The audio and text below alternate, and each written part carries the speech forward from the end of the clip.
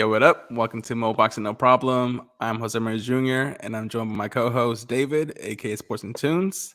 And we got a special guest today. We got a pro boxer from Riverside, California, Jesse Lobito Gonzalez. Hey. Thank you guys for having me so much. Thanks for Good joining us, evening, man. Jesse. It's our pleasure. I know you've been working hard today. Got some more rounds. Yep. So thank you for taking the time for the interview. Uh, First question we got for you, kind of going to your early beginnings. How did you get into boxing? So I started at like 15 years old. Um, Before that, I used to be a big skateboarder. Every day, that's what I wanted to do. Like my whole life, just skateboard. Mm-hmm. And my dad, he'd always encourage me to stay like in some type of sport. So like I would do baseball on the side, but I made varsity as a freshman in high school, and the coach he didn't want to give me no playing time because all his guys were gonna graduate. So I ended up quitting and just telling my dad like sign me up at a boxing gym because like growing up we would always go to like some of our friends' fights like Maximiliano Becerra, um, Pedro Moreno, Yu Acosta. Like I would go to some of their fights as a child growing up, and it just motivated me. By the time I got to high school, some of my friends were starting to want to box. So I was like, hey, I kind of got this little connection with that a little bit. So let me try it out. And since the first day I went to the boxing gym, I just fell in love with it. Hell yeah. Nice. But my amateur career as an amateur boxer, I had 26 amateur fights, 19 wins, 6 losses, I believe.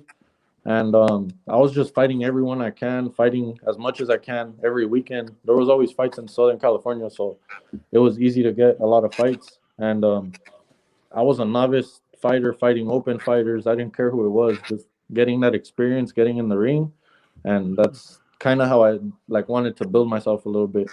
So when I first started amateur boxing, me and my dad we talked.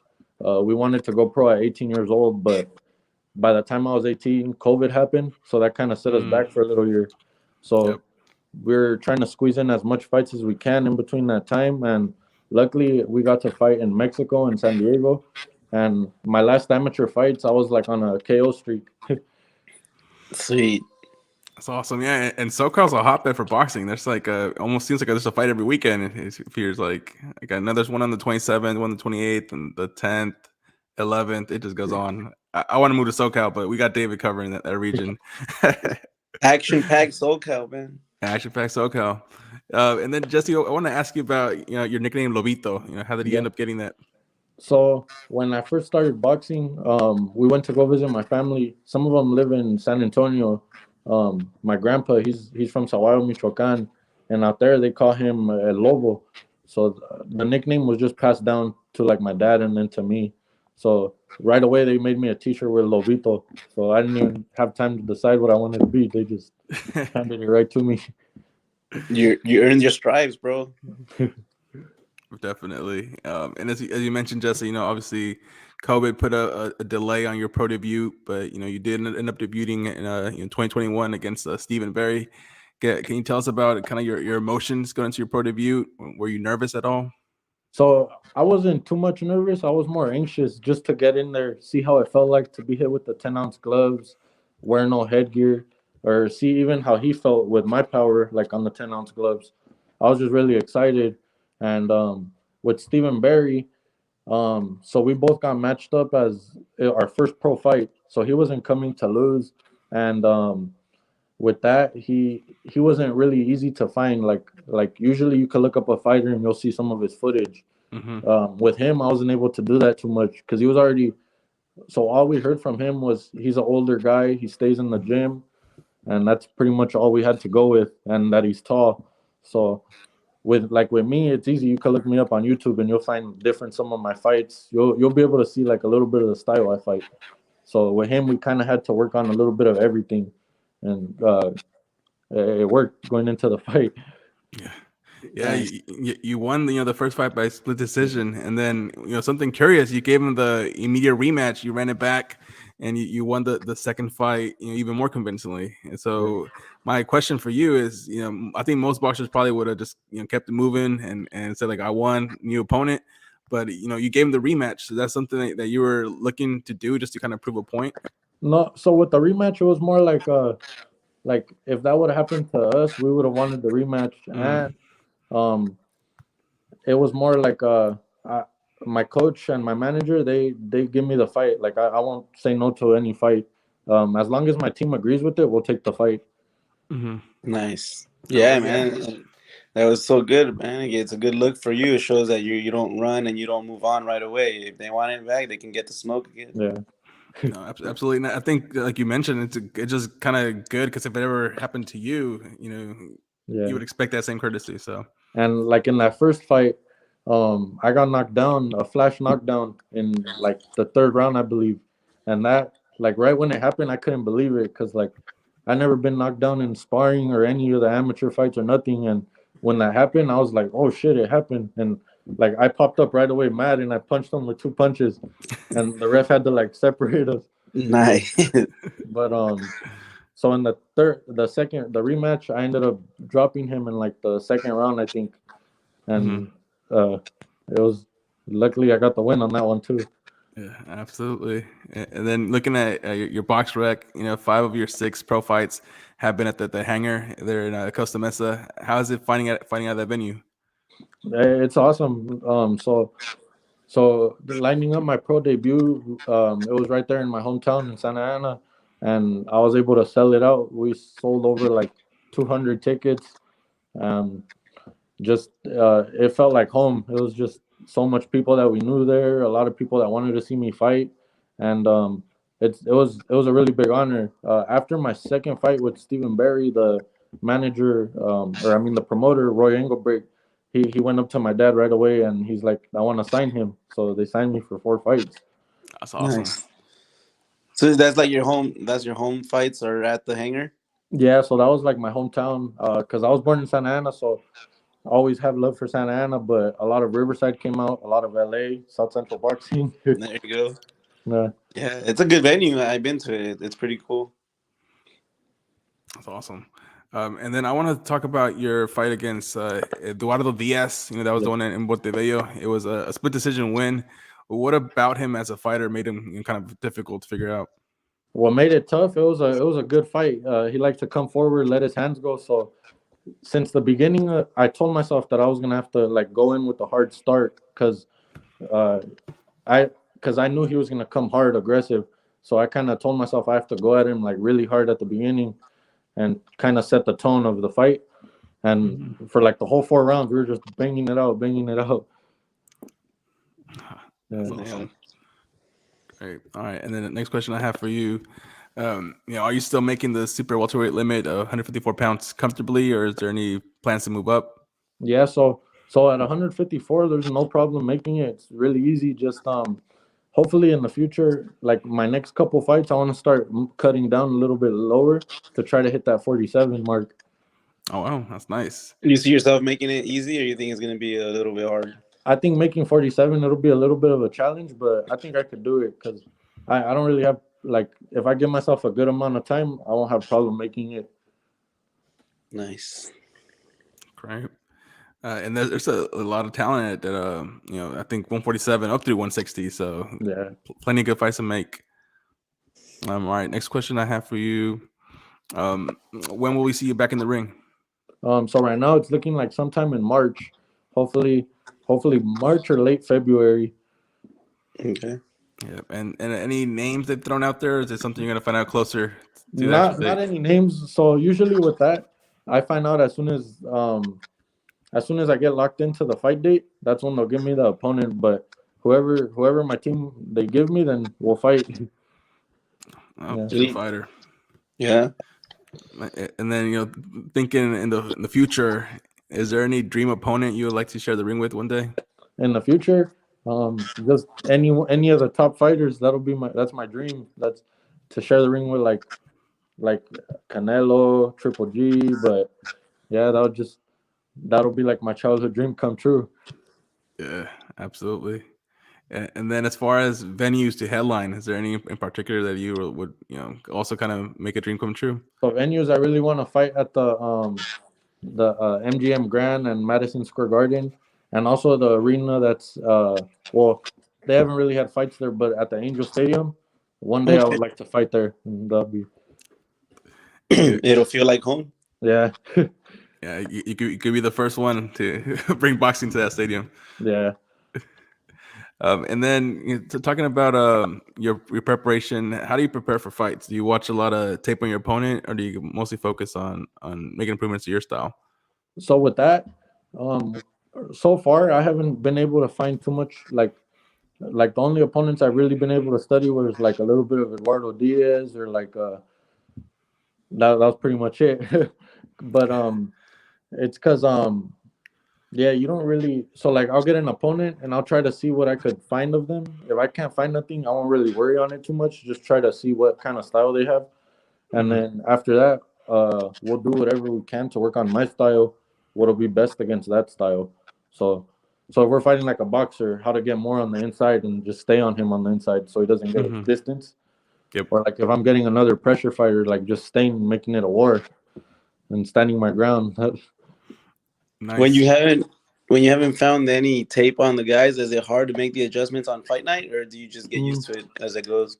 So with that, we kind of like with the sparring and with everything else, we'll do it a little bit like of everything. So we'll do like a little bit of southpaw, orthodox, boxer, and even we'll look at his box rec. Let's see some of the guys he's fought in, and then like whatever depending their style is, we'll kind of go a little bit towards that too. Smart. Yeah, smart. I actually heard from another boxer we had on here, Anthony Sims, that he doesn't really watch like the current tape on his opponent, but he watches like old footage of like similar fighters that Yeah, fought like him, so he can see how a boxer handled a puncher, or those kind of scenarios in the past. Learn yeah, from because that. every fight that fighter's gonna be adjusting to make a change for the next fight. So you can't stay on that one fight that he has. Absolutely. That's right. And as you mentioned, Jesse, you were born in Santa Ana and now live in Riverside. What does SoCal mean to you? Having those SoCal roots.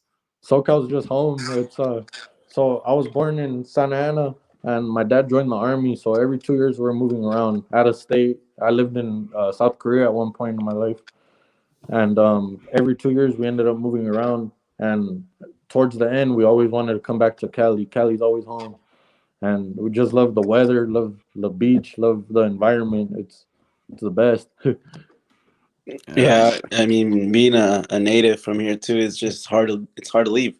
No matter Yeah, how expensive it gets to live here, it feels like home. yeah. like I said, I want to get out there for the more of the boxing fights. And then Jesse, talking about kind of fighters you've been in the ring with, who's been the hardest puncher that you face either in sparring or in a pro fight?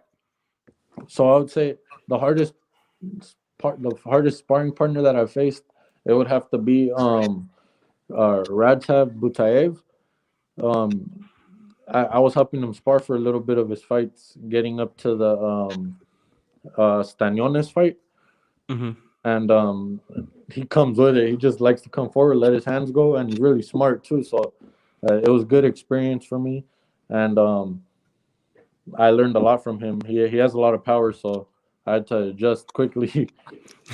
But See, in the fight, I would have to say Stephen Barry because I got knocked down for the first time, and I've never really been knocked down, and that was my first time. Kind of, it woke me up a lot.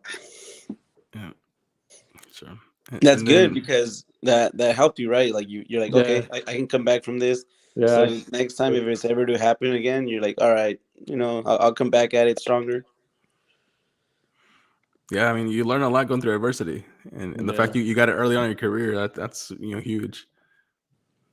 And then Jesse, who was your favorite boxer growing up? So my favorite boxer growing up, I remember my dad every weekend he would always have the fights, so he would be playing like we would watch a lot of Canelo. Um, I remember I saw Marquez knock out Pacquiao when I was younger. Um, but my all-time favorite, I would really have to go with Arturo Gatti and also Chavez. I just like that aggression and that come forward, letting their hands go. Yeah, Cutting they, the al- ring. Yep. they always brought it, action-packed fights.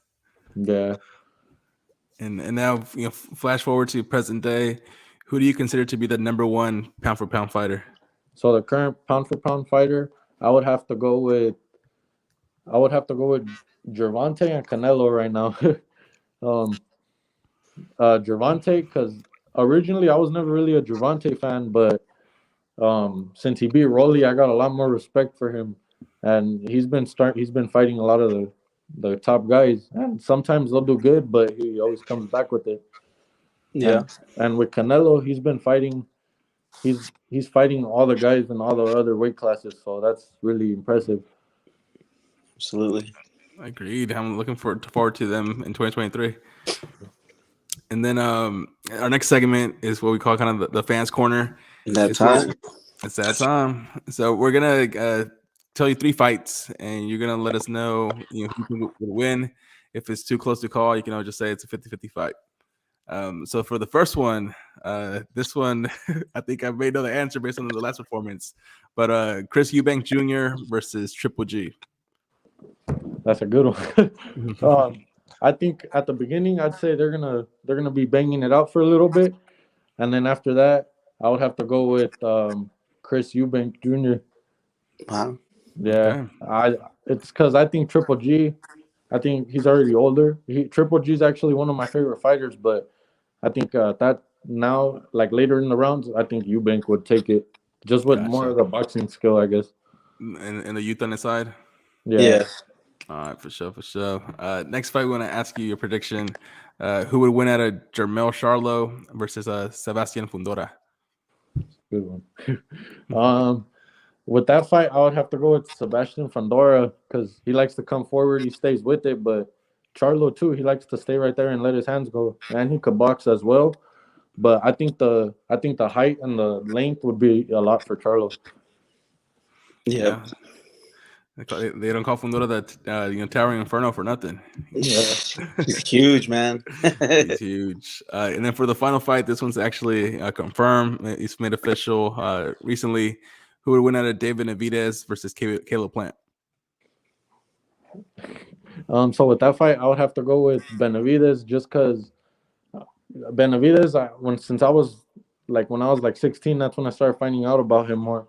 But I started building up a little fan. Like I started like some of his style. I really like it. He stays tall and he comes forward, lets his hands go in fast flurries. But I think after Caleb Plant's last performance, that it's a good fight for him now, and it's Mm-hmm. perfect timing. So it could go either or on that one. That's a good one. Yeah, Mhm. and you said it perfectly because I think Anthony Durrell's a common opponent that they both shared, and Caleb Plant finished him with style, so that'll Yeah. be definitely more competitive now. All right, coming back to you, Jesse. What are some of your hobbies and interests outside of boxing? What do you like doing? So some of my hobbies, I like to nothing too special. I just I like to stay home. I like to watch TV, watch a movie, go to the beach. I like staying in the gym too. I don't like taking time off, but I like to go skateboard too because I used to be a skateboarder. So just I like staying relaxed, stay calm. I don't really do the partying too much, but I just like staying chill, staying relaxed. That's the best way to go about it if you're serious about the sport. Yeah, champion mentality. And then the final question we got for you, Jesse. It's not really a question. It's more leaving you the floor open. What's a message you want to send to your fans and supporters? I want to give a big thank you to everyone that's supporting me, everyone that's been helping me since day one. Thank you guys for having me on the podcast. Big shout out to Mo Boxing. Thank Um, you. Big thank you to my sponsors, South Central Boxing, Cal Attorneys, Rivas Electric, just everyone that's been helping me since day one. Um, yeah, thank you everyone so much. Absolutely. Yeah, we got to second that shout out to South Central Boxing and Mac. Yeah, big The shout out Yeah. homie. to Mac, South Central Boxing too. Yeah, Yeah, South Central Boxing. yeah, much respect to him. And Jesse, again, thank you so much for making the time. We appreciate you kind of letting us into your life and a little bit more in your boxing career. And of course, we're going to be tuning in for your next one and wish you much continued success. Thank you, Thank you man. guys so much. Thank you All for the right. opportunity, man. All right. Thanks, Jesse. Have a good one. You guys too.